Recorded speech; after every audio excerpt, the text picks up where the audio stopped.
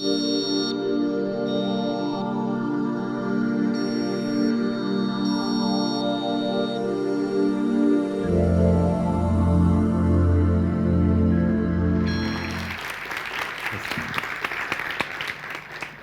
me invitaron los chicos de TEDx a esta charla, me sentí entusiasmado, motivado, tenía muchas pilas y dije, está bueno, está interesante.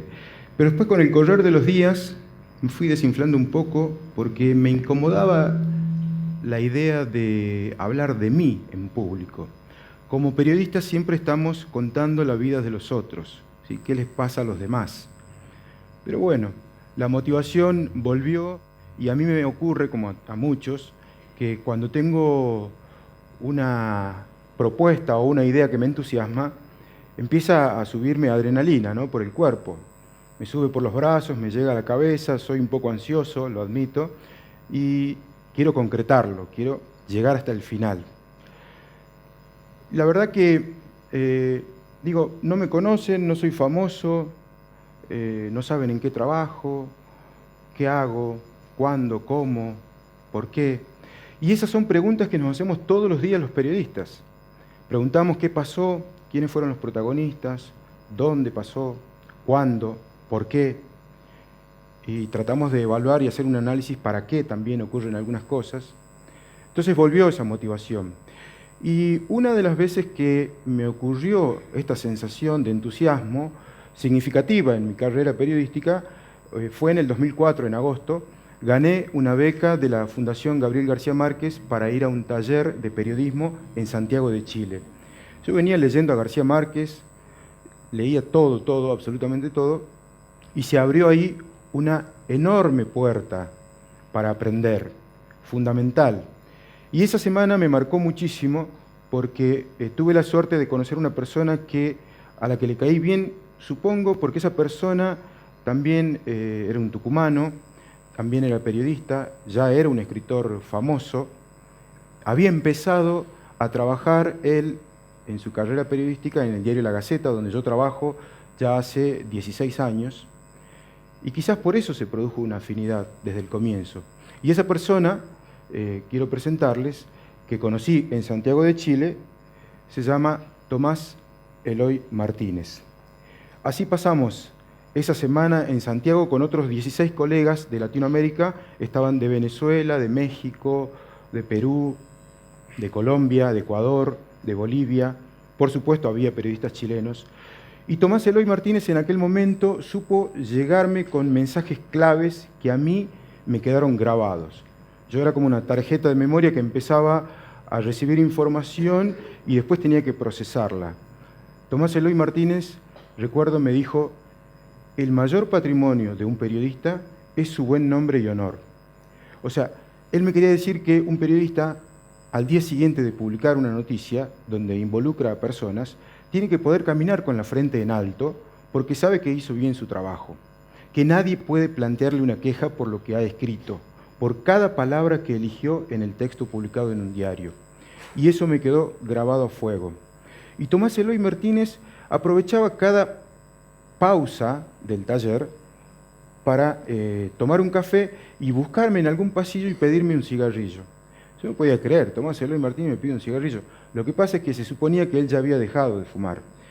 Yo por suerte dejé, mucho tiempo después, pude despegarme de esa basura y aquella vez de los cigarrillos en el pasillo con Tomás Eloy, mientras compartíamos con otros periodistas las experiencias del oficio, yo aprendí muchas más cosas de las que quizás él mismo se haya podido imaginar.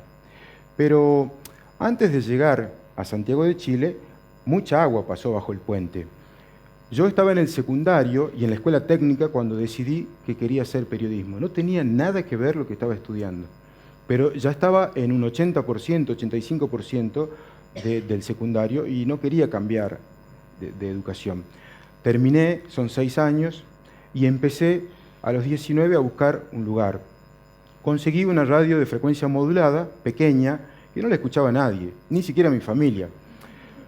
Pero no porque no quisieran, sino porque la radio era tan pequeña que no tenía suficiente potencia para transmitir a 10 cuadras a la redonda. de alguna manera a mí me sirvió para empezar a soltar la lengua, a moverme, a preguntar, a aprender del oficio. Ahí hablaba de deportes, de vóley, cosas pequeñas. Y a 2 semanas de estar trabajando en esa radio, pasaba por la vereda del Hotel Metropol y vi un cartel que decía conferencia de prensa, Rata Blanca, 15:30 horas. No había un alma en las calles, era la siesta, hacía mucho calor, y yo dije, yo quiero estar en esa conferencia. Iba a ser mi primera conferencia de prensa, de cubrirla. Entonces fui a la radio, busqué un grabador.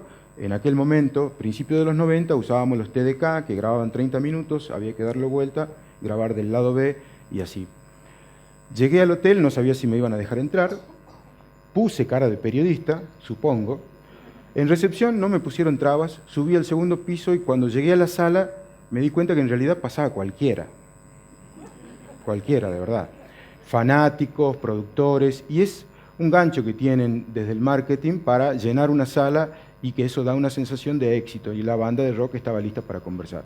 Dejé mi grabador sobre una mesa, había 4 sillas, llegaron los músicos, empezó la conferencia. Yo estaba muy nervioso, por supuesto, y empezaron las preguntas de un lado, del otro lado, pasaban los minutos y yo sabía que tenía que preguntar. Internamente sabía que tenía que hacer una pregunta, tenía miedo de hacer un papelón.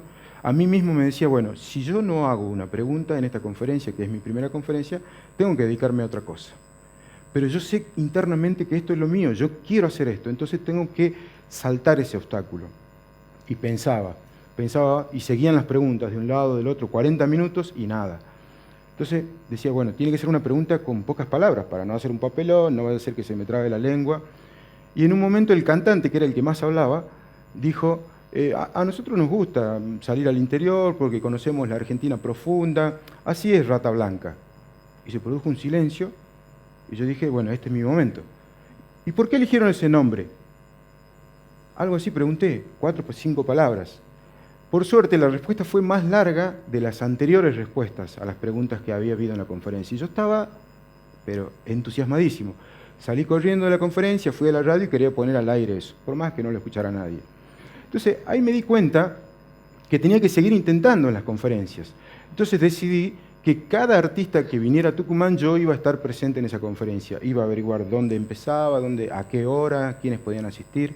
Y así, bueno, fui a las conferencias vino Fito Páez en aquel momento, principios de los 90, vino César Banana Pueyrredón, no sé si lo conocerán, lo escucharon cantar alguna vez, Eddie Sierra, y así iba a todas las conferencias. Como no tenía un carnet de periodista, yo tenía que sentirme de algún modo periodista. ¿Y qué hacía? Al final de la conferencia me sacaba una foto con el artista.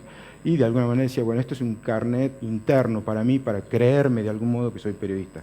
No se olviden que yo venía de una educación técnica y tuve que reorientarme, ¿sí?, para lograrlo. Entonces, ahí me pueden ver, me dejaron entrar porque tenía el pelo largo, supongo que deben haber pensado que era un fanático más de Rata Blanca. Después de eso pasé a trabajar en LB12 y era como jugar en las grandes ligas, era una M con 15 periodistas profesionales. Por suerte, siempre tuve la suerte de trabajar con gente muy profesional y uno aprende las cosas buenas de ellos, ¿no? Soy un dichoso y un agradecido de eso. Me parece a mí que uno tiene que fijarse referentes y elegir a los mejores. Yo cuando elijo leer literatura, leo a los mejores. Cuando voy al cine, trato de ir a ver películas de los mejores. Y uno así va forjando su bagaje cultural. Entonces, entré a LB12, tenía 19 años, tenía el pelo más corto porque fue al año siguiente de esto, y me mandaron a cubrir el juicio al Malevo Ferreira. Algunos se acordarán, a principios de los 90, fui a tribunales, no había celulares, no había YouTube, Google, tenía un handy, pesaba como 5 kilos el handy, para comunicarnos con el estudio. El móvil de LB12 estaba por calle La Madrid. A través de una ventana yo podía transmitir desde la sala, y en la sala estaba como alguien más del público, repleta la sala. Entran los jueces, todos de pie, se sientan los jueces, todos sentados, solemnidad total, y yo ahí en la última fila de la sala, calladito, esperando que empiece todo. Cuando empezó, prendí el micrófono, sin decir nada, por supuesto, y empezaron a leer el fallo, y el fallo era condenatorio, lo condenaba al Malevo Ferreira, y la sala fue un caos. Entonces empecé a relatar lo que pasaba.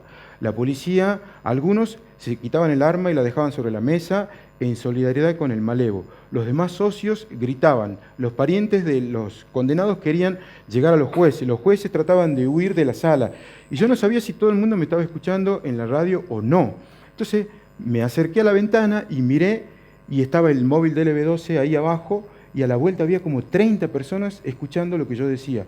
Volví y con más entusiasmo le empecé a dar, y a seguir hablando, y hablando, y hablando, y hablando, y hablando, y hablando. ¿Y qué pasó? Todo eso siguió, no se cortó. El malevo Ferreira bajó a la alcaidía de tribunales y se atrincheró. Eso fue como a las 4 de la tarde, y a las 8 seguía ahí, atrincherado con sus socios. Y afuera la gente aplaudía al malevo y lo apoyaba. Y cada vez llegaba más gente y se hizo de noche.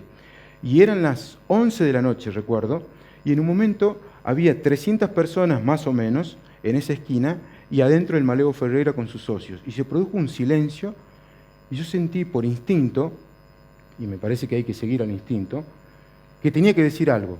Tomé el handy, pedí aire, vamos al aire, me dieron aire y dije, quiero que escuchen este silencio. No volaba una mosca. Cuando volví a hablar dije, este silencio antecede a algo muy importante que va a suceder acá. Es lo que presiento. Dije eso sin pensar. Y una hora después, el malevo salió de la alcaidía huyendo con una granada en la mano. Cuando sale, rodeado de gente allegada a él, y quien era su esposa en aquel momento, sale por calle Congreso. Yo tomo mi grabador que estaba en el móvil y fui corriendo y me puse al lado y le hacía preguntas al malevo, y el malevo iba con su sombrero ahí y seguía. Obviamente me decía, me movía la cabeza, no respondía, con monosílabos. Y lo seguí como 3 cuadras. En la esquina lo esperaba una camioneta roja. Subieron ahí, eran como 4 o 5, y se fue la camioneta. Yo volví corriendo hasta el móvil, que obviamente no se podía mover, estaba fijo en tribunales, para transmitir lo que me había respondido el malevo Ferreira en su huida. Rebobiné la cinta, puse play y dije, escuchamos al malevo. Y no se oyó nada. No había grabado nada. O sea, la locura, la adrenalina, la inexperiencia, la ansiedad, todo, el correr al lado de él, tenía una granada en la mano también. Entonces, y no era de juguete. La cuestión es que yo dije ahí, me juré que nunca más me iba a pasar eso. Que yo tenía que ser capaz de resolver un problema sobre la marcha, en el momento. Y entonces me quedó aquella enseñanza. Pero volvamos a Tomás Eloy Martínez, un hombre generoso que además de enseñarme el camino del periodismo, me hizo ganar confianza en lo que yo hacía. Y me dijo, ya es hora de que le dediques tiempo al periodismo narrativo. Claro, él había leído algunos textos que yo llevé, supongo que no eran grandes cosas, pero la cuestión es que él me hizo ganar confianza. Y yo empecé a acercarme un poco más a quien era mi máximo ídolo, García Márquez. Pasó el tiempo y gané una beca para llegar a Valledupar, un pueblito en Colombia, del lado cercano al mar, donde durante una semana festejan el Festival Vallenato, ¿sí? Por ejemplo, La Gota Fría, que canta Carlos Vives, es un vallenato que tiene muchísimas décadas y que se transmitió de pueblo en pueblo en Colombia. Durante una semana es joda. Toman whisky todos los días, desde la mañana hasta la noche, desde la noche hasta la mañana. Y como hay lo que nosotros llamamos resaca, ellos les dicen guayabo, ¿cómo hacen para superar el guayabo? Toman una sopa que le llaman trifásico, sancocho trifásico, de 3 carnes. Carne vacuna, carne de pescado y carne de pollo. Entonces toman eso para desayunar y seguir la parranda. Bueno, ahí me dieron de tomar whisky Old Par, pero yo estaba en el territorio donde había caminado García Márquez para construir lo que fue la obra maestra del boom latinoamericano, que fue 100 años de soledad. Y yo, desde que había leído a García Márquez, soñaba con llegar a Macondo. Y tuve la suerte, porque en esas parrandas de Valledupar a Aracataca hay un par de horas nada más en un minibús. Por supuesto, estaba ahí, tuve que ir a Macondo. Lo que más me emocionó de Macondo es que, como decía García Márquez, a las 3 de la tarde todos los días cae un aguacero, ¿sí? Yo llegué a Macondo a las 11 de la mañana, después hubo un almuerzo, vi pasar el tren, el que llevaba las bananas, después vi a los vendedores de baratijas en la esquina de los gitanos, y a las 3 sonó un trueno estruendoso y empezó a llover. Y yo no podía creer, realmente estaba emocionadísimo porque me sentía dentro del libro, ¿sí? Y cada vez me iba acercando más a esa fundación que a mí me abrió las puertas, me tomó de la mano y me llevó por muchos lugares de Latinoamérica. Yo soy un agradecido de eso. Yo necesitaba formarme, porque yo había aprendido en la calle, pero necesitaba una formación. Y así fui pasando etapas. Ahí conocí al hermano de Gabo, porque Gabo estaba en México, no vivía en Colombia. Pero conocí a Jaime y nos tomamos un par de tragos de ron, y hoy hay una amistad y un respeto, y de mi parte un enorme agradecimiento. Y después seguí capacitándome y fui a Buenos Aires con John Lee Anderson, que es el autor de la biografía más rigurosa que se haya escrito sobre el Che Guevara. Es uno de los cronistas más importantes del mundo en este momento. Y las ansias de seguir aprendiendo me llevaron a San Diego, California, el condado que está al sur, en el límite con Tijuana, en México. Y en esa línea fronteriza, George Bush hizo construir un muro para que no pasen los inmigrantes ilegales.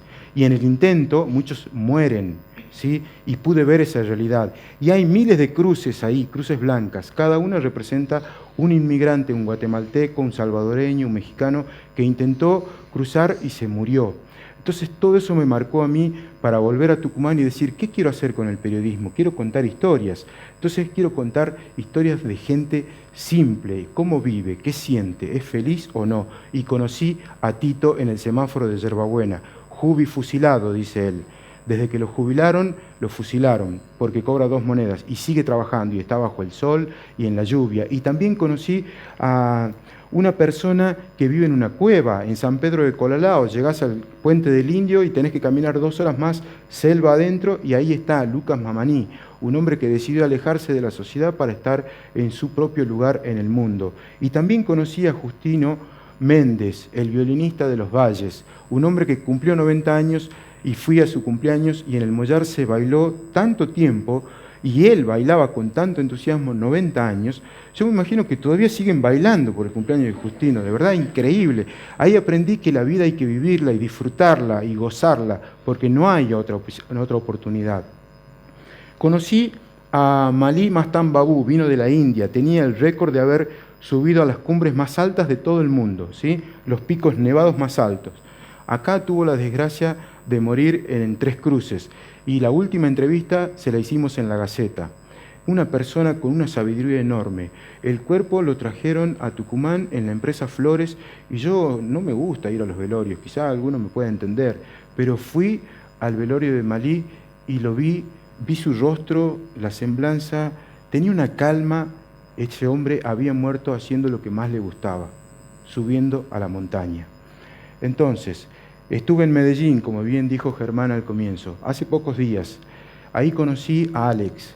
Cuando yo tenía 19 años buscaba un lugar en una radio, en una frecuencia modulada. Alex perdía a su familia, a sus amigos. En Medellín la violencia se llevó a sus seres queridos. Él no tuvo la oportunidad de formarse una vida, pero hoy, más adulto, ¿qué hace? Sale a las calles de la ciudad de Medellín y canta con esperanza. Yo les propongo y quiero que lo escuchen con atención porque él escribe sus propias letras y las canta de esta manera. Vale. Ya, de Medellín para Argentina, cantándole a la gente va de la avenida. Ya no quiero hablar más de violencia en las comunas, familias desplazadas, niños sin un techo y un plato de comida. Ya no quiero sentir el dolor de ver morir a la gente en la puerta de los hospitales. Ya no quiero ver más desastres naturales a causa de la ambición. Beneficios personales provocan la destrucción del planeta, Hoy me levanté pensando que podemos seguir luchando, viendo lo que está pasando. Lágrimas derramadas por la guerra, vidas inocentes enterradas en el planeta, agentes con armas que fomentan la guerra, naciones destruidas y sangre derramada. Desde hace mucho tiempo se escuchaba del que nos dio la vida y también nos cura el alma. Suenan las alarmas, escucho una sirena, me asomo por la ventana y escucho una voz que en la calle se queja. Esto es lo cotidiano, es la guerra del centavo, es sobrevivir e invertir lo bueno en lo malo y reír te traigo música que te mostrará un camino. La verdadera esencia escrita en los pergaminos. Son tantos los secretos que nos mantienen vivos en este mundo frío y lleno de dolor. Busco una salida y la voz me contestó que una gran fuerza en el mundo se escuchó. En todos los rincones del planeta así se oyó que existen dos caminos y una sola solución. La verdadera luz está en tu corazón, está en tu corazón. Ya, de Colombia para Argentina.